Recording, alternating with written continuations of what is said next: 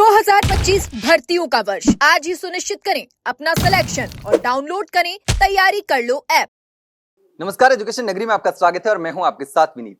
राजस्थान कर्मचारी चयन बोर्ड द्वारा करवाई गई शिक्षक भर्ती लेवल 2 का रिवाइज परिणाम जारी होने के बाद से कई अभ्यर्थी जो है उनके चयनित अभ्यर्थियों के बाहर होने का खतरा मंडरा रहा था। लेकिन इस मामले में एक और बड़ा जो है वो कोर्ट का फैसला आया है, क्योंकि रिवाइज रिजल्ट जारी किया गया 18 सवालों के बदलाव के बाद में, तो कई अभ्यर्थियों के नंबर घट गए और कई अभ्यर्थियों के नंबर बढ़ गए थे।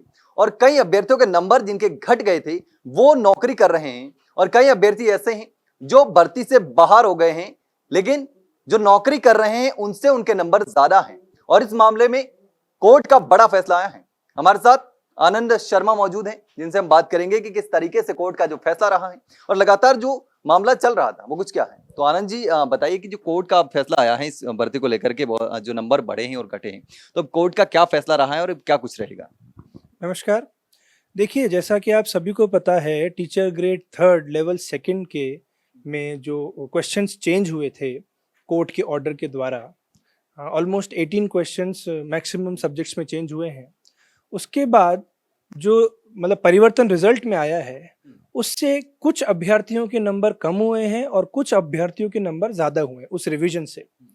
तो ऐसा एक स्थिति बन गई है कि जो कैंडिडेट्स नौकरी कर रहे हैं उनके नंबर कम हैं और ऐसे कई सारे कैंडिडेट्स हैं जिनके नंबर उन सेलेक्टेड कैंडिडेट से ज़्यादा हैं, in spite of that fact वो भर्ती से बाहर हैं। तो इसके लिए हमने माननीय उच्च न्यायालय में रिट दायर करी कि साहब, जिसके नंबर कम है वो तो नौकरी कर रहा है और जिनके नंबर उनसे ज़्यादा हैं वो भर्ती से बाहर हैं। तो आज उसमें बहुत अहम जो आदेश हुआ है, इंटरिम ऑर्डर हम जो याचिकाकर्ताओं के पक्ष में हुआ है कि जिन याचिकाकर्ताओं के सेलेक्टेड कैंडिडेट से नंबर ज़्यादा हैं उनको भर्ती प्रक्रिया में शामिल किया जाए, आगे की भर्ती प्रक्रिया में, subject to the final outcome of the writ petition.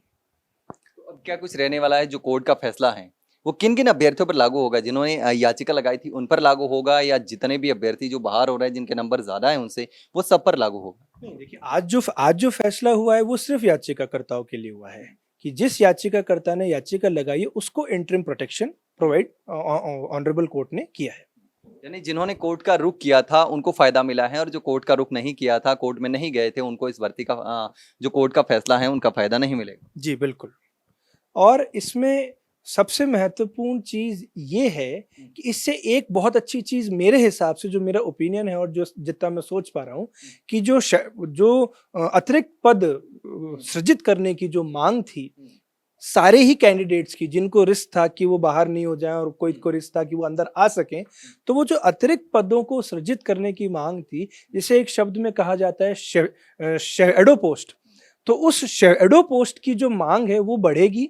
सरकार के ऊपर भी दबाव आएगा और वो ये दबाव आएगा कि जब कोर्ट ये कह रहा है कि कम नंबर वाले कैंडिडेट्स को आपने नौकरी दे रखी है और जिन कैंडिडेट्स के नंबर ज़्यादा हैं उनको आपने बाहर कर रखा है, तो ये सरासर डिस्क्रिमिनेशन है। और इस डिस्क्रिमिनेशन को दूर करने के लिए सरकार भी अगर अपने स्तर पे कदम उठाएगी तो उन अतिरिक्त पदों को सृजित करके जितने भी कैंडिडेट्स इस नए रिजल्ट में अकोमोडेट हो रहे हैं उन सबको अकोमोडेट करके नौकरी उनको प्राप्त की जा सकती है। मतलब इनको अब नौकरी देनी पड़ेगी विभाग को? जी बिल्कुल, ये तो देनी। अगर कोई कैंडिडेट के नंबर सेलेक्टेड कैंडिडेट से ज्यादा हैं तो ये तो सरासर डिस्क्रिमिनेशन है और उनको तो नौकरी देनी ही पड़ेगी। पर यहाँ समस्या आ जाती है कि पद कितने हैं। तो पद सृजित करने के लिए जो अभी डिमांड चल रही है कैंडिडेट्स की, उस पद सृजन में इस फैसले से मदद मिलेगी और सरकार भी एक्टिवेटेड मोड पे आएगी कि जो अतिरिक्त पद सृजित करने हैं उसको जल्द से जल्द करके किसी भी कैंडिडेट की नौकरी न जाए और जितने भी कैंडिडेट नए रिजल्ट में अकोमोडेट हो रहे हैं वो सब भर्ती में शामिल होकर उनको नौकरी मिल सके। यानी शैडो पोस्ट अब बढ़ाने की मांग बढ़ेगी, क्योंकि 1260 तो पहले से बाहर थे और अब जो नए अभ्यर्थी आएंगे उनके लिए भी शैडो पोस्ट क्रिएट करनी पड़ेगी, क्योंकि जो पोस्ट थी वो तो लिमिटेड थी। लेकिन इसमें एक चीज ये है कि जो शैडो पोस्ट की जो अभी डिमांड कर रहे हैं, पहले रिजल्ट जारी हुआ था उस समय तो वो पात्र थे और दूसरा जो रिजल्ट जारी किया गया उस समय अपात्र हो, मतलब कम नंबर हो गए उनके। तो पहले के हिसाब से तो गिने तो वो अपनी जगह पे सही है और उस समय तो उनके नंबर कम थे जो अभी डिमांड कर रहे हैं या फिर कोर्ट से जो फैसला आया उस समय। देखिए, पहले का जो रिजल्ट था उसका अब कोई महत्व बचा नहीं है, क्योंकि जैसे ही नया रिजल्ट आया और नई मेरिट आई, उस नए रिजल्ट और नई मेरिट ने पहले के रिजल्ट को डिफंक्ट कर दिया। वो रिजल्ट बिल्कुल खत्म हो चुका है।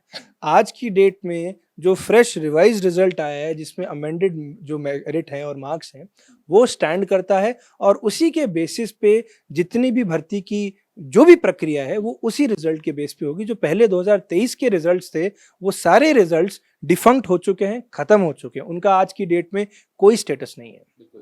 तो पहले जो रिजल्ट आया था उसका कोई अस्तित्व नहीं है। हाँ, एक चीज है कि जो पहले रिजल्ट में चयनित थे 1260 अभ्यर्थी जो चयनित थे वो बाहर होने के, जिन पे खतरा मंडरा रहा था, उनके लिए शैडो पोस्ट क्रिएट करने की मांग चल रही है। लेकिन अब जिनके लिए कोर्ट ने आदेश दिया है कि इनको भी नियुक्ति दी जानी चाहिए, क्योंकि शैडो पोस्ट के क्रिएट करने की जो मांग कर रहे हैं, जिनके नंबर कम हैं और जो अभी कोर्ट से आदेश लेकर आए हैं उनके नंबर उनसे ज्यादा हैं, तो ऐसे में अब उनको नियुक्ति देनी पड़ेगी और ऐसे में शैडो पोस्ट क्रिएट करने की डिमांड जो है वो बढ़ेगी और ज्यादा शैडो पोस्ट क्रिएट करने पड़ेंगे। लेकिन अब देखना होगा कि विभाग इस मामले को किस तरीके से हैंडल करता है, किस तरीके से उन जो अभ्यर्थी कोर्ट ने जो आदेश दिया है उनको किस तरीके से नौकरी देता है। फिलहाल के लिए इतना ही, जल्द मिलते हैं एक नई जानकारी के साथ, तब तक के लिए नमस्कार।